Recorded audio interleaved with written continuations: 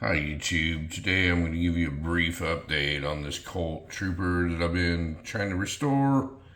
I know it's been a little while since I gave everybody an update on it, so we're still waiting on a couple things, but I'm going to do this unconventional like I always do because I don't have the gun in my hands. But I'm going to start off by showing you this is the grips that I decided to go with. I just got them in yesterday.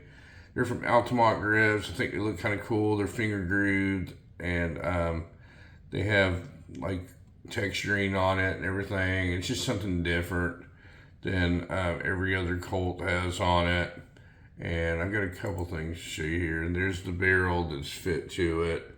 The Python barrel is fit on it now. It's 100% fitted. It's, the gapping problem is fixed and everything. So that's the old Python barrel off of the last gun that we redid on here. We did a Colt Python, and I had it rebarreled, and this is the leftover barrel. It's from the 70s on a blue Python. There's the lining up of it and everything, a view from behind with the cylinder in it.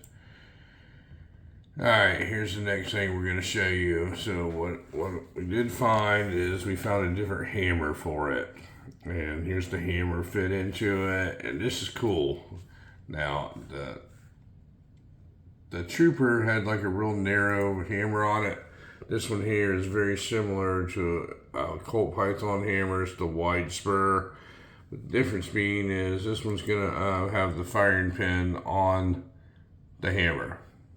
And the Colt Pythons have a frame mounted firing pin. So we now have a wide spur hammer on it.